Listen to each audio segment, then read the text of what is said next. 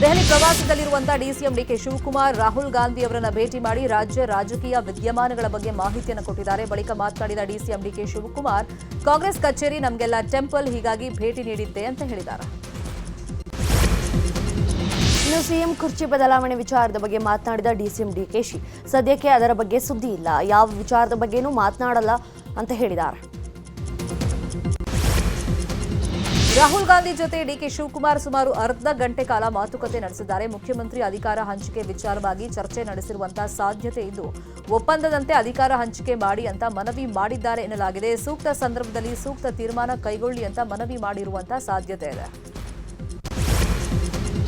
ಇನ್ನು ಕಾಂಗ್ರೆಸ್ ಭವನ ಭೂಮಿ ಪೂಜೆಗಾಗಿ ರಾಹುಲ್ ಗಾಂಧಿಗೆ ಡಿಕೆಶಿ ಆಹ್ವಾನ ಕೊಟ್ಟಿದ್ದಾರೆ. 100 ಕಾಂಗ್ರೆಸ್ ಭವನ ಕಟ್ಟುವ ಕಾರ್ಯಕ್ಕೆ ರಾಹುಲ್ ಮೂಲಕವೇ ಚಾಲನೆ ಕೊಡಿಸಲು ಡಿಕೆಶಿ ಪ್ಲಾನ್ ಮಾಡಿದ್ದಾರೆ. 100 ಕಾಂಗ್ರೆಸ್ ಭವನ ಕಟ್ಟುವ ಯೋಜನೆ ಶುರು ಮಾಡಿ ಕೆಪಿಸಿಸಿ ಅಧ್ಯಕ್ಷ ಹುದ್ದೆಯಲ್ಲೇ ಮುಂದುವರಿಯಲು ಡಿಕೆ ಪ್ಲಾನ್ ಮಾಡಿದ್ದಾರೆ ಎನ್ನಲಾಗಿದೆ. ಇಂಥದ್ದೊಂದು ಮಹತ್ ಕಾರ್ಯ ಮುಗಿಸಲು ಅವಕಾಶ ಮಾಡಿಕೊಡಿ ಅಂತ ರಾಹುಲ್ ಗಾಂಧಿಗೆ ಮನವಿ ಮಾಡಿದ್ದಾರಂತೆ. ಈ ಮೂಲಕ ಸಿಎಂ ಪಟ್ಟ ಸಿಗದೇ ಇದ್ರೆ ಕೆಪಿಸಿಸಿ ಅಧ್ಯಕ್ಷ ಹುದ್ದೆಯಲ್ಲೇ ಮುಂದುವರಿಯುವಂತ ತಂತ್ರಗಾರಿಕೆ ಮಾಡಿದ್ದಾರೆ ಎನ್ನಲಾಗಿದೆ. ಇನ್ನು ರಾಮನಗರ ಜಿಲ್ಲೆಯ ಹೆಸರು ಬದಲಾವಣೆ ವಿಚಾರ ಸಂಬಂಧ ನವದೆಹಲಿಯಲ್ಲಿ ಡಿಸಿಎಂ ಡಿಕೆ ಶಿವಕುಮಾರ್ ರಿಯಾಕ್ಟ್ ಮಾಡಿದ್ದಾರೆ. ಕುಮಾರಸ್ವಾಮಿಯವರು ಹೋಮ್ ಮಿನಿಸ್ಟರ್ ಭೇಟಿ ಮಾಡಿ ಪ್ರಯತ್ನ ಪಟ್ಟು ಬಂದಿದ್ದಾರೆ. ಅದು ರಾಜ್ಯದ ಸಬ್ಜೆಕ್ಟ್, ನಮಗೂ ಕಾನೂನು ಗೊತ್ತಿದೆ, ಹೇಗೆ ಇಂಪ್ಲಿಮೆಂಟ್ ಮಾಡಬೇಕು ಗೊತ್ತಿದೆ ಅಂತ ಹೇಳಿದರು.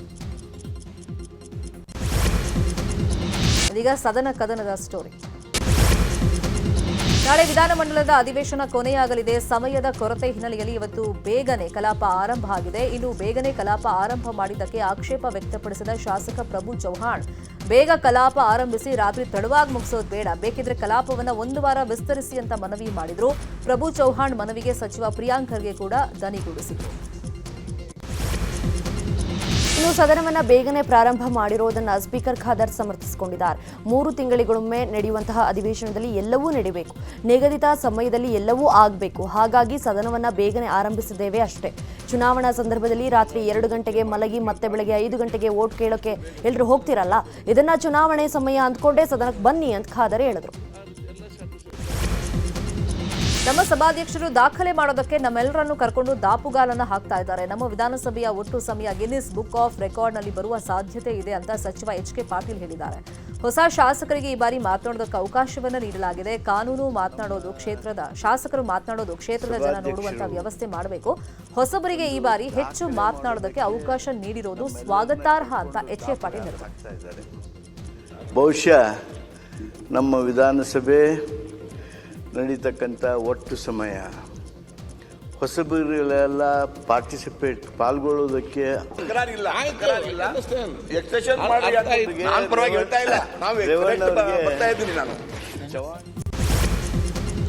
ನಕ್ಸಲ್ ನಿಗ್ರಹ ದಳ ವಿಸರ್ಜನೆ ಮಾಡಿರುವ ಕ್ರಮಕ್ಕೆ ಶಾಸಕ ವೇದವ್ಯಾಸ್ ಕಾಮತ್ ಕಿಡಿಕಾರಿದ್ದಾರೆ. ಬಜೆಟ್ ಚರ್ಚೆ ವೇಳೆ ಮಾತನಾಡಿದ ವೇದವ್ಯಾಸ್ ಕಾಮತ್, ನಕ್ಸಲ್ ನಿಗ್ರಹ ದಳ ವಿಸರ್ಜಿಸುವ ಬಗ್ಗೆ ಬಜೆಟ್ನಲ್ಲಿ ಉಲ್ಲೇಖಿಸಲಾಗಿದೆ.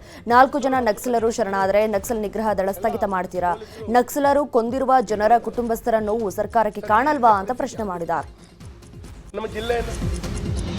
ಗೋವಿನ ಬಗ್ಗೆ ಭಾವನಾತ್ಮಕ ಮಾತಿಗೆ ಸಂತೋಷ್ ಲಾಡ್ ಪ್ರಿಯಾಂಕ್ ಖರ್ಗೆ ಆಕ್ಷೇಪವನ್ನು ವ್ಯಕ್ತಪಡಿಸಿದ್ದಾರೆ. ಸದನದಲ್ಲಿ ಮಾತನಾಡ್ತಾ ಇದ್ದ ಶಾಸಕ ಶರಣು ಸಲಗಾರ್, ಗೋವಿನ ತಾಯಿಯ ಕೆಚ್ಚಲು ಕೊಯ್ದು ಗೋವುಗಳಿಗೆ ಸರ್ಕಾರ ಅನ್ಯಾಯ ಮಾಡಿದೆ ಅಂತ ಹೇಳಿದ್ರು. ಸಲಗಾರ್ ಮಾತಿಗೆ ರೋಷಗೊಂಡ ಸಚಿವ ಸಂತೋಷ್ ಲಾಡ್, ಎಲ್ಲಾ ಸರ್ಕಾರಗಳು ಬಂದ್ ಹೋಗಿವೆ, ಹಾಲು ಕೆಚ್ಚಲು ತಾಯಿ ಮಗು ಅನ್ನೋದು ಸರಿಯಲ್ಲ ಅಂತ ಹೇಳಿದ್ರು.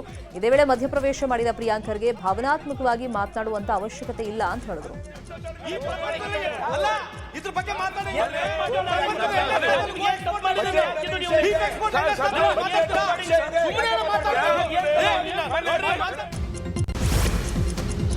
ರಾಜ್ಯ ರಾಜಕಾರಣದಲ್ಲೀಗ ನ್ಯೂಸ್ 18 ಕನ್ನಡ ಬಿತ್ತರಿಸಿರುವಂತಹ ಹನಿ ಟ್ರ್ಯಾಪ್ ಸುದ್ದಿಯ ಸದ್ದು ಜೋರಾಗಿದೆ.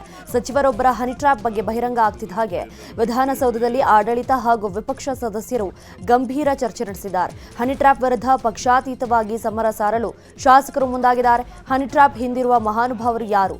ಇದಕ್ಕೆಲ್ಲರೂ ಒಟ್ಟಾಗಿ ಧ್ವನಿ ಎತ್ತಬೇಕು ಅಂತ ಸದನದಲ್ಲಿ ಶಾಸಕರು ಚರ್ಚೆ ಮಾಡಿದ್ದಾರೆ. ಇವತ್ತು ಸರ್ಕಾರದಿಂದಲೇ ಈ ಬಗ್ಗೆ ಮಹತ್ವದ ಮಾಹಿತಿ ಹೊರಬೀಳಲಿದೆ ಎನ್ನಲಾಗಿದೆ. ಪ್ರತಿಪಕ್ಷಗಳ ಆರೋಪಕ್ಕೆ ಸದನದಲ್ಲಿ ಇವತ್ತು ಸಿಎಂ ಸಿದ್ದರಾಮಯ್ಯ ಉತ್ತರವನ್ನು ಕೊಡಲಿದ್ದಾರೆ. ಇದೀಗ ರಾಜ್ಯದ ಪ್ರಮುಖ ಸುದ್ದಿ. ರಾಜ್ಯದ ಜನರಿಗೆ ಕೆಇಆರ್ಸಿ ಕರೆಂಟ್ ಶಾಕ್ ಅನ್ನು ಕೊಟ್ಟಿದೆ. ಪ್ರತಿ ಯೂನಿಟ್ ವಿದ್ಯುತ್ಗೆ 36 ಪೈಸೆ ದರ ಹೆಚ್ಚಳವನ್ನು ಮಾಡಲಾಗಿದೆ. ವಿದ್ಯುತ್ ಪ್ರಸರಣ ಮತ್ತು ಎಸ್ಕಾಂ ಸಿಬ್ಬಂದಿಗಳ ಪಿಂಚಣಿ ಹಾಗೂ ಗ್ರಾಚ್ಯುಟಿಗಾಗಿ ಗ್ರಾಹಕರಿಂದಲೇ ವಸೂಲಿಗೆ ಕೆಇಆರ್ಸಿ ಮುಂದಾಗಿದೆ. ವಿದ್ಯುತ್ ದರ 36 ಪೈಸೆ ಏರಿಕೆ ಆಗಲಿದ್ದು, ನೂತನ ದರ ಏಪ್ರಿಲ್ 1ರಿಂದಲೇ ಜಾರಿಗೆ ಬರಲಿದೆ. ಹಾವೇರಿಯಲ್ಲೊಬ್ಬ ಪಾಗಲ್ ಪ್ರೇಮಿ ಯುವತಿಯನ್ನ ಪೀಡಿಸುತ್ತಿದ್ದಾನಂತೆ. ಲೇಡೀಸ್ ಪೀಜಿಗೆ ಎಂಟ್ರಿ ಕೊಟ್ಟ ಪಾಗಲ್ ಪ್ರೇಮಿ ಪ್ರೀತ್ಸೆ ಅಂತ ಯುವತಿಯೊಬ್ಬಳಿಗೆ ಕಾಟ ಕೊಡ್ತಿದ್ದಾನೆ. ಪ್ರಮೋದ್ ಶರಣಪ್ಪ ಎಂಬಾತ ಯುವತಿಯೊಬ್ಬಳ ಹಿಂದೆ ಬಿದ್ದಿದ್ದು, ಯುವತಿ ಪ್ರೀತಿ ನಿರಾಕರಿಸಿದ್ರೂ ಕೂಡ ಪ್ರೀತಿ ಮಾಡುವಂತ ಹಿಂದೆ ಬಿದ್ದಿದ್ದಾನೆ. ಸದ್ಯ ಲೇಡೀಸ್ ಪೀಜಿಗೆ ನುಗ್ಗಿ ಕಿರಿಕು ಮಾಡಿರುವ ವಿಡಿಯೋ ವೈರಲ್ ಆಗಿದೆ. ಬಾಕಿ ತೆರಿಗೆ ಪಾವತಿ ಮಾಡುವಂತೆ ಬೆಂಗಳೂರು ವಿವಿಗೆ ಬಿಬಿಎಂಪಿ ನೋಟಿಸ್ ಅನ್ನು ಕೊಟ್ಟಿದೆ. ಆರ್ಆರ್ ನಗರ ವಲಯ ಆಯುಕ್ತ ಸತೀಶ್ ಬೆಂಗಳೂರು ವಿವಿಗೆ ನೋಟಿಸ್ ಅನ್ನು ಕೊಟ್ಟಿದ್ದಾರೆ. ಸುಮಾರು 20 ಕೋಟಿ ರೂಪಾಯಿಗೂ ಅಧಿಕ ತೆರಿಗೆಯನ್ನ ವಿಶ್ವವಿದ್ಯಾನಿಲಯ ಬಾಕಿ ಉಳಿಸಿಕೊಂಡಿದೆ. ಕಳೆದ 15 ವರ್ಷಗಳಿಂದ ತೆರಿಗೆ ಪಾವತಿ ಮಾಡಿಲ್ಲ. ಸದ್ಯ ಬಾಕಿ ತೆರಿಗೆಯನ್ನ ಕೂಡಲೇ ಪಾವತಿ ಮಾಡುವಂತೆ ಬಿಬಿಎಂಪಿ ನೋಟಿಸ್ ಅನ್ನು ಕೊಟ್ಟಿದ್ದು, ಮಾರ್ಚ್ 31ರವರೆಗೆ ಗಡುವನ್ನು ನೀಡಿದೆ.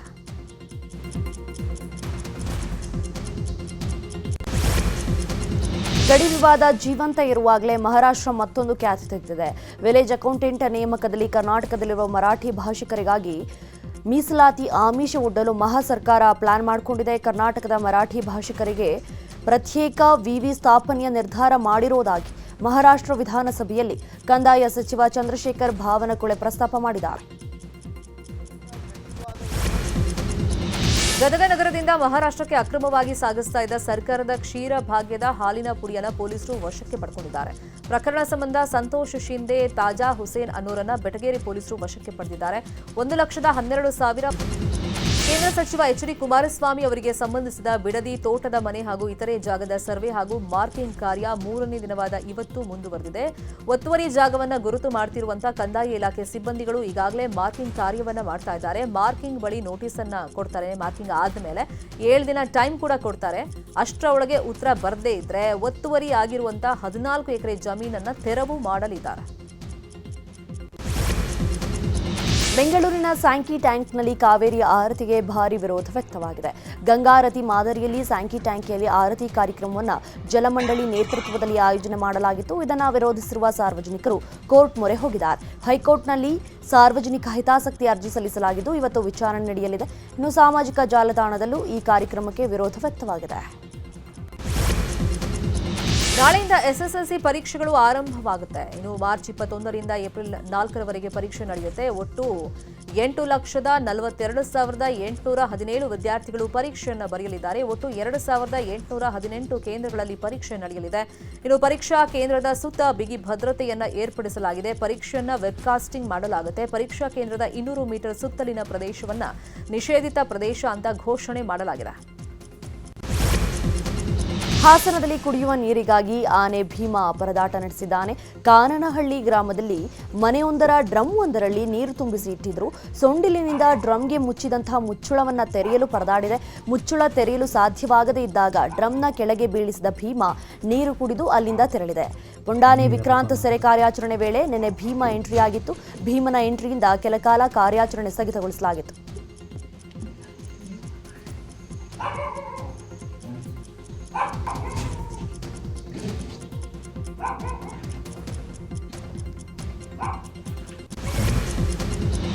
ಮಾರ್ಚ್ 22ರಂದು ಕರ್ನಾಟಕ ಬಂದ್ಗೆ ಬೆಂಬಲ ನೀಡುವಂತೆ ವಾಟಾಳ್ ನಾಗರಾಜ್ ಮನವಿಯನ್ನ ಮಾಡಲಿದ್ದಾರೆ. ಬೆಂಗಳೂರಿನಾದ್ಯಂತ ಸಂಚರಿಸಿ ಮನವಿಯನ್ನ ಮಾಡಲಿದ್ದಾರೆ. ಮಾರ್ಚ್ 22ರಂದು ಅಂಗಡಿ ಮುಂಗಟ್ಟುಗಳನ್ನು ಸ್ವಯಂ ಪ್ರೇರಿತವಾಗಿ ಬಂದ್ ಮಾಡುವಂತೆ ವರ್ತಕರ ಬಳಿಯಲ್ಲಿ ವಾಟಾಳ್ ಮನವಿಯನ್ನ ಮಾಡಲಿದ್ದಾರೆ.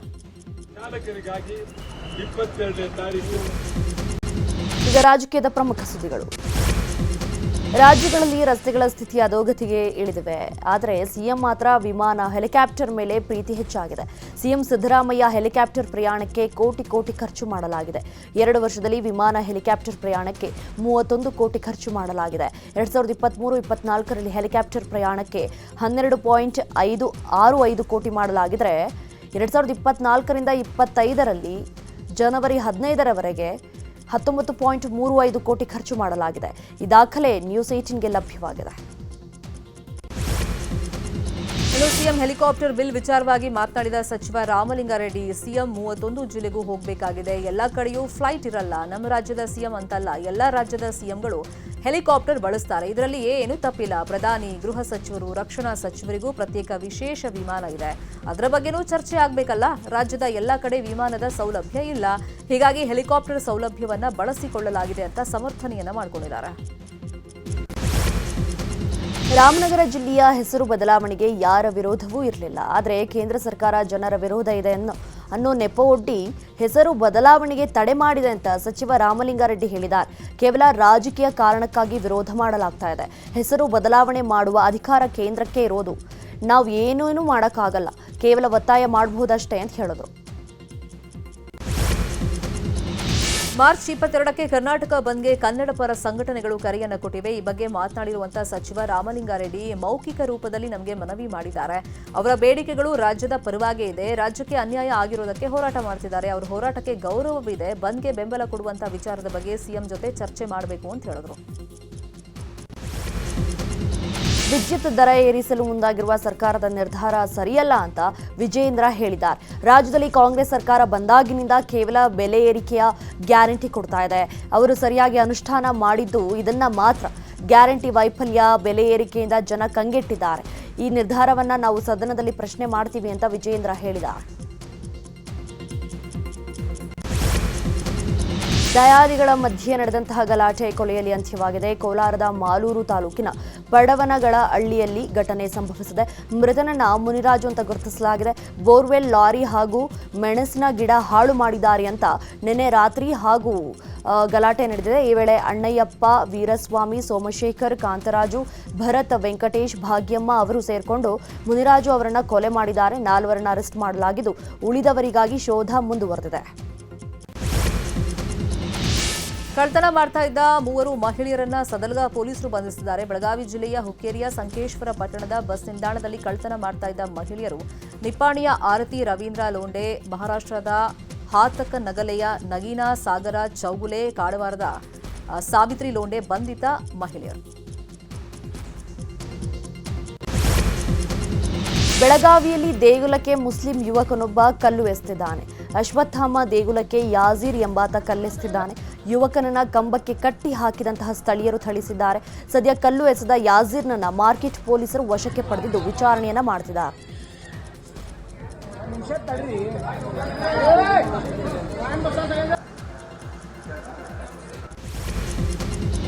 ಬೆಂಗಳೂರಿನಲ್ಲಿ ಬೈಕ್ ಕಳ್ಳರ ಹಾವಳಿ ಮಿತಿ ಮೀರಿದೆ. ತಮಗಿಷ್ಟ ಬಂದ ಬೈಕ್ಗಳನ್ನು ಕಳ್ಳರು ಕದ್ದು ಪರಾರಿಯಾಗಿದ್ದಾರೆ. ಚಾಮರಾಜಪೇಟೆಯ ಕರ್ನಾಟಕ ಬೇಲ್ ಹೌಸ್ ಬಳಿಯಲ್ಲಿ ಘಟನೆ ನಡೆದಿದೆ.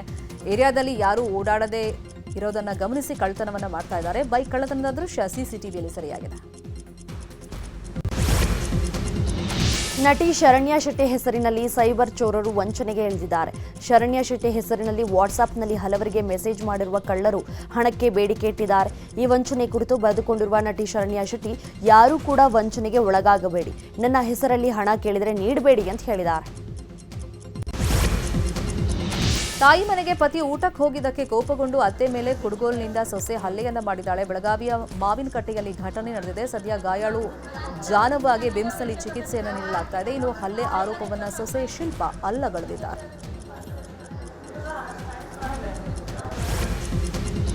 ಈಗ ದೇಶ ವಿದೇಶದ ಪ್ರಮುಖ ಸುದ್ದಿಗಳು. ಮಹಾರಾಷ್ಟ್ರದ ಆಜಾದ್ ಚೌಕ್ನಲ್ಲಿ ಭಾರೀ ಪ್ರಮಾಣದ ಅಗ್ನಿ ಅವಘಡ ಸಂಭವಿಸಿದೆ. ಆಜಾದ್ ನಗರದ ಅಂಗಡಿಯೊಂದರಲ್ಲಿ ಕಾಣಿಸಿಕೊಂಡ ಬೆಂಕಿ ಹಲವು ಅಂಗಡಿಗಳಿಗೂ ವ್ಯಾಪಿಸಿದೆ. ಕೂಡಲೇ ಸ್ಥಳಕ್ಕೆ ಆಗಮಿಸಿದ ಅಗ್ನಿಶಾಮಕ ದಳದ ಸಿಬ್ಬಂದಿಗಳು ಬೆಂಕಿಯನ್ನು ನಂದಿಸಿದ್ದಾರೆ. ವಿವಿಧ ಬೇಡಿಕೆಗಳ ಈಡೇರಿಕೆಗೆ ಆಗ್ರಹಿಸಿ ಹಲವು ತಿಂಗಳುಗಳಿಂದ ಪಂಜಾಬ್ನ ಶಂಭು ಗಡಿಯಲ್ಲಿ ರೈತರು ಪ್ರತಿಭಟನೆಯನ್ನ ಮಾಡ್ತಾ ಇದ್ದಾರೆ. ಇನ್ನು ಪ್ರತಿಭಟನಾ ನಿರತ ರೈತರನ್ನ ತೆರವು ಮಾಡುವ ಕಾರ್ಯಾಚರಣೆಗೆ ಸರ್ಕಾರ ಕೈ ಹಾಕಿದೆ. ಶಂಭು ಗಡಿಯಲ್ಲಿದ್ದ ರೈತರ ಡೇರೆಗಳನ್ನು ಜೆಸಿಬಿ ಬಳಸಿ ತೆರವು ಮಾಡಲಾಗ್ತಾ ಇದೆ. ರೈತ ನಾಯಕ ಜಗಜಿತ್ ಸಿಂಗರ್ ಅವರನ್ನು ಬಂಧಿಸಿರುವಂತಹ ಪಂಜಾಬ್ ಪೊಲೀಸರು ಆಸ್ಪತ್ರೆಯಿಂದ ಅಜ್ಞಾತ ಸ್ಥಳಕ್ಕೆ ಸ್ಥಳಾಂತರ ಮಾಡಿದ್ದಾರೆ. ನಿನ್ನೆ ಪಂಜಾಬ್ನ ಶಂಭು ಮತ್ತು ಖಾನೌರಿ ಪ್ರತಿಭಟನಾ ಸ್ಥಳಗಳಿಂದ ರೈತರನ್ನ ತೆರವು ಮಾಡಲಾಗಿತ್ತು. ಈ ವೇಳೆ ಸರ್ವಾನ್ ಸಿಂಗ್ ಪಂಧೇರ್ ಮತ್ತು ಜಗಜಿತ್ ಸಿಂಗ್ ದಲ್ಲೇವಾಲ್ ಸೇರಿದಂತೆ ಹಲವಾರು ರೈತರನ್ನ ಅರೆಸ್ಟ್ ಮಾಡಲಾಗಿತ್ತು. ಸದ್ಯ ಆಸ್ಪತ್ರೆಯಲ್ಲಿ ಚಿಕಿತ್ಸೆಯ ಬಳಿಕ ಅವರನ್ನು ಅಜ್ಞಾತ ಸ್ಥಳದಲ್ಲಿ ಶಿಫ್ಟ್ ಮಾಡಿದ್ದಾರೆ. ಮಾರ್ಚ್ 17ರಂದು ಮಹಾರಾಷ್ಟ್ರದ ನಾಗ್ಪುರದಲ್ಲಿ ಹೊತ್ಕೊಂಡಿದ್ದ ಔರಂಗಜೇಬ್ ಸಮಾಧಿ ವಿವಾದದ ಕಿಡಿ ಜ್ವಾಲೆಯಾಗಿ ಪರಿಣಮಿಸಿತ್ತು. ಸದ್ಯ ನಾಗ್ಪುರದಲ್ಲಿ ಬೂದಿ ಮುಚ್ಚಿದ ಕೆಂಡದಂತಹ ವಾತಾವರಣ ನಿರ್ಮಾಣವಾಗಿದೆ. ನಾಗ್ಪುರದ 10 ಪೊಲೀಸ್ ಠಾಣೆ ವ್ಯಾಪ್ತಿಯಲ್ಲಿ 3ನೇ ದಿನವೂ ಕರ್ಫ್ಯೂ ಮುಂದುವರೆದಿದೆ. ನಗರದ ಮಹಲ್ ಪ್ರದೇಶದಲ್ಲಿ ಪೊಲೀಸರು ಬ್ಯಾರಿಕೇಡ್ ಹಾಕಿ ಭದ್ರತೆಯನ್ನ ಬಿಗಿಗೊಳಿಸಿದ್ದಾರೆ. ಯಾವುದೇ ಅಹಿತಕರ ಘಟನೆ ನಡೆಯದಂತೆ ಮುಂಜಾಗ್ರತೆಯನ್ನ ಕೈಗೊಳ್ಳಲಾಗಿದೆ. 18ನೇ ಆವೃತ್ತಿ ಐಪಿಎಲ್ ಪಂದ್ಯಾವಳಿಗಳು ಆರಂಭವಾಗಲು ಇನ್ನು ಕೆಲವೇ ದಿನಗಳು ಬಾಕಿ ಉಳಿದಿರೋದು. ಈ ಬಾರಿ ಕೂಡ ಆರ್ಸಿಬಿ ಅಭಿಮಾನಿಗಳಿಗೆ ಟಿಕೆಟ್ ದರ ನಿರಾಸೆಯನ್ನು ಹುಟ್ಟಿಸಿದೆ. ಬೆಂಗಳೂರಲ್ಲಿ ನಡೆಯುವಂತಹ ಆರ್ಸಿಬಿ ಪಂದ್ಯದ ಟಿಕೆಟ್ ಮಾರಾಟ ಆರಂಭವಾಗಿದ್ದು ಆರಂಭಿಕ ಬೆಲೆಯೇ 2,300 ರೂಪಾಯಿ ಇದೆ. ಇನ್ನು ಗರಿಷ್ಠ ಮೊತ್ತ 42,000 ರೂಪಾಯಿಯಷ್ಟಿದೆ. ಈ ಬಾರಿ ಕೂಡ ಟಿಕೆಟ್ ದರ ಹೆಚ್ಚಾಗಿದೆ. ಆದರೂ ಮೊದಲ ಪಂದ್ಯದ ಎಲ್ಲ ಟಿಕೆಟ್ ಸೋಲ್ಡ್ ಔಟ್. ಈ ಬಾರಿಯ ಐಪಿಎಲ್ನಲ್ಲಿ ಹಲವು ದಾಖಲೆಗಳು ಉಡಿಸಾಗಲಿದೆ ಅಂತ ಮಾಜಿ ಕ್ರಿಕೆಟಿಗ ರಾಬಿನ್ ಉತ್ತಪ್ಪ ಹೇಳಿದ್ದಾರೆ. ಜಿಯೋ ಹಾಟ್ಸ್ಟಾರ್ ಏರ್ಪಡಿಸಿದ ಸಂವಾದದಲ್ಲಿ ಮಾತನಾಡಿದ ಉತ್ತಪ್ಪ, 18 ವರ್ಷಗಳಿಂದ ಕ್ರಿಕೆಟ್ ಬಹಳಷ್ಟು ವಿಕಸನಗೊಂಡಿದೆ. ಈ ಬಾರಿ ಹಲವು ಯುವ ಆಟಗಾರರು ಮೈದಾನಕ್ಕೆ ಇಳಿಯಲಿದ್ದಾರೆ. ಬಲಾಢ್ಯ ತಂಡಗಳ ಮಧ್ಯೆ ಜಿದ್ದಾಜಿದ್ದಿನ ಸ್ಪರ್ಧೆ ಇರಲಿದೆ. ಅನೇಕ ದಾಖಲೆಗಳು ಈ ಬಾರಿ ಮುರಿಯಲಿದೆ ಅಂತ ಉತ್ತಪ್ಪ ಹೇಳಿಕೆಯನ್ನು ಕೊಟ್ಟಿದ್ದಾರೆ. ಇದೀಗ ಸಿನಿ ಲೋಕದ ಪ್ರಮುಖ ಸುದ್ದಿ. ಮದುವೆ ನಂತರ ಡಾಲಿ ಧನಂಜಯ್ ಮತ್ತೆ ಸಿನಿಮಾ ಕೆಲಸದತ್ತ ಮುಖವನ್ನ ಮಾಡಿದ್ದಾರೆ. ಟಗರುಪಲ್ಲಿಯ ನಂತರ ಸ್ನೇಹಿತನಿಗಾಗಿ ಡಾಲಿ ಸಿನಿಮಾ ಮಾಡಲಿದ್ದಾರೆ. ವಿದ್ಯಾಪತಿ ಚಿತ್ರದಲ್ಲಿ ಡಾಲಿ ಧನಂಜಯ್ ವಿಶೇಷ ಪಾತ್ರದಲ್ಲಿ ನಟಿಸಲಿದ್ದಾರೆ. ರಾಜಮೌಳಿ ನಿರ್ದೇಶನದ SSMB 29 ಸಿನಿಮಾದ ಶೂಟಿಂಗ್ ಒಡಿಶಾದ ಈಸ್ಟರ್ನ್ ಘಾಟ್ನಲ್ಲಿ ಕಳೆದ 1 ತಿಂಗಳಿಂದ ಶೂಟಿಂಗ್ ನಡೆಸಿದೆ. ಇದೀಗ ಈ ಚಿತ್ರದ ಒಡಿಶಾ ಪೋರ್ಷನ್ ಚಿತ್ರೀಕರಣ ಮುಗಿದಿದೆ. ಶೂಟಿಂಗ್ ವೇಳೆ ಅಲ್ಲಿನ ಜನರು ತೋರಿಸಿದ ಪ್ರೀತಿ ವಿಶ್ವಾಸಕ್ಕೆ ಖುಷಿಯಾಗಿರುವ ರಾಜಮೌಳಿ ಅವರಿಗೆ ಲೆಟರ್ ಬರೆದು ಥ್ಯಾಂಕ್ಸ್ ಹೇಳಿದ್ದಾರೆ.